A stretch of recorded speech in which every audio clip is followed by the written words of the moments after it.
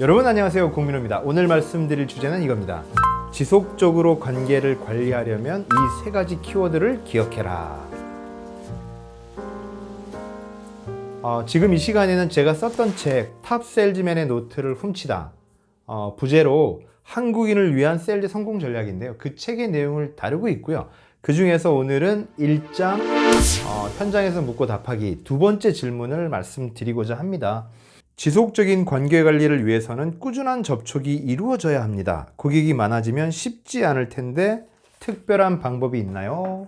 제가 현장에서 굉장히 많이 받는 질문 중에 하나예요. 고객이 점점 많아지고 그 많아지는 분들에게 관계를 관리하려면 힘들어지는데 어떤 방법으로 100명, 200명, 300명 점점 많아지는 고객들을 관리할 수 있느냐? 저는 세 가지 키워드를 기억하시라고 말씀드려요. 세 가지. 첫 번째는 만날 거리입니다. 만날 거리. 여러분, 사람과 사람이 만나기 위해서는 그냥도 만나지만 뭐가 있어야 돼요? 명분이 있는 거예요. 이유가 있으면 만나진다는 거죠. 영화를 보기 위해서, 같이 골프를 치기 위해서, 같이 탁구를 치기 위해서, 같이 당구를 치기 위해서 뭔가 있으니까 만나는 거거든요. 여러분, 세일즈맨이라면 고객에게 다가갈 수 있는 그 뭔가가 있으면 만나진다는 거죠. 고객에게 줘야 할 달력이 있거나 고객에게 드려야 할 책이 있거나 뭔가 자그마한 선물이 있으면 간다는 거죠. 만날 거리를 계속 만드시라는 거예요. 시스템으로 만들자는 거죠. 의지만 가지고 가기에는 한계가 있다는 겁니다. 꼭 돈을 들일 필요는 없어요.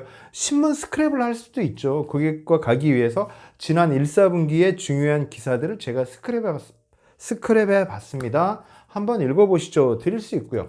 금융 어떤 그 업계의 현황 이런 것들 드릴 수 있고요. 저는 한때 제 이제 고객분들 중에서 골프 치시는 분들이 많아지니까 제가 스크랩을 만들었어요. 석 달 동안 신문 기사를 보고 그 어떤 원포인트 레슨 같은 것들, 그건 뭐 돈 드는 게 아니니까 그냥 출력해가지고 그걸 제본해서 고객분들 읽으라고 이제 보시라고 하나씩 드렸던 거죠. 제가 그 신문 기사들을 100편이 넘는 거에서 한 15개, 20개 정도 추려가지고 신문 기사나 A4지 하나 담기잖아요. 그런 것들 추려서 드렸던 적이 있어요. 돈이 안 들지만 고객분들 굉장히 좋아하셨어요. 뭔가 그분과의 취미를 공유하는 거고 그분의 어떤 취미 생활에 제가 플러스가 되는 거잖아요. 그러니 고객에게 만날 거리가 있어야 된다는 거예요. 저는 그래요. 그러니까 뭐 일하기 싫은 날은 서점에서 책 한 5권 사요. 그걸 막 드리러 다니거든요. 대표적인 게 또 이런 것도 있죠. 연례 보고서라고, 즉 애니얼 리뷰라는 게 있잖아요. 보험을 가입한 분들에게 또는 펀드를 가입한 분들에게 그 리뷰를 하러 가는 겁니다. 이런 것들이 가입되어 있습니다. 현재 이런 상황입니다. 이런 거에 해당이 되면 보험금 타실 수 있습니다. 그런 것들을 말씀드리는 거죠. 그게 애니얼 리뷰라는 거거든요. 그래서 고객의 시스템, 고객을 만날 수 있는 시스템을 만들자, 이렇게 정의할 수 있고요. 관계관리를 위한 키워드 두 번째는 여러분, 기록입니다. 기록. 여러분은 활동하는 것들을 기록하시나요?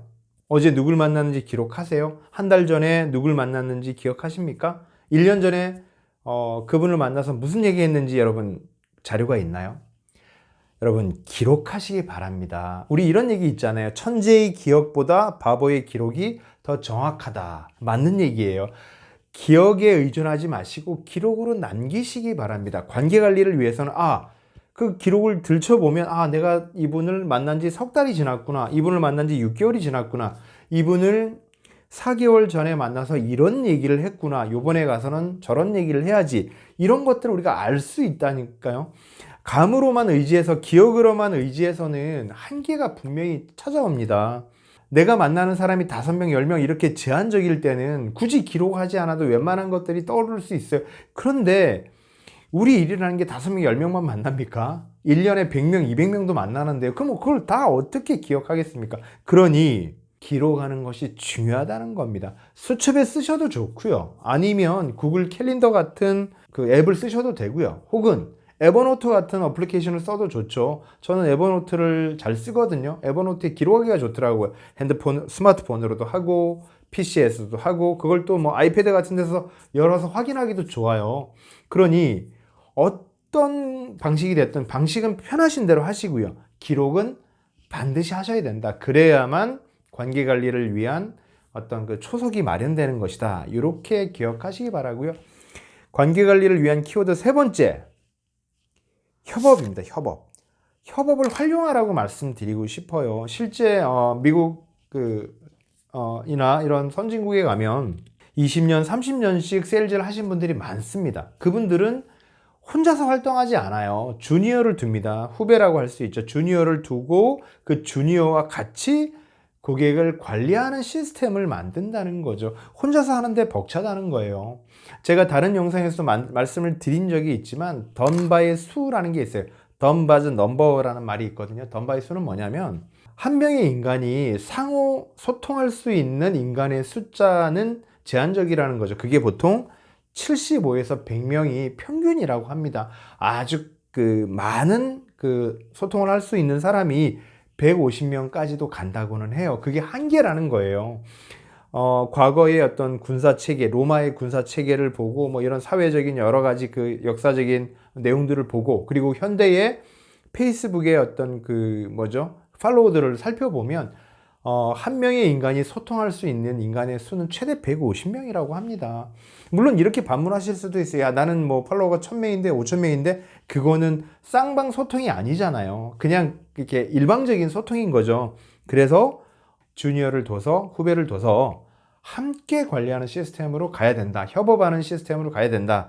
이렇게 말씀드리고 싶습니다. 오늘 제가 준비한 내용 여기까지고요. 다음 시간에 또 알찬 내용으로 찾아뵙겠습니다. 고맙습니다. 잠깐 여기서 구독 잊지 말아줘.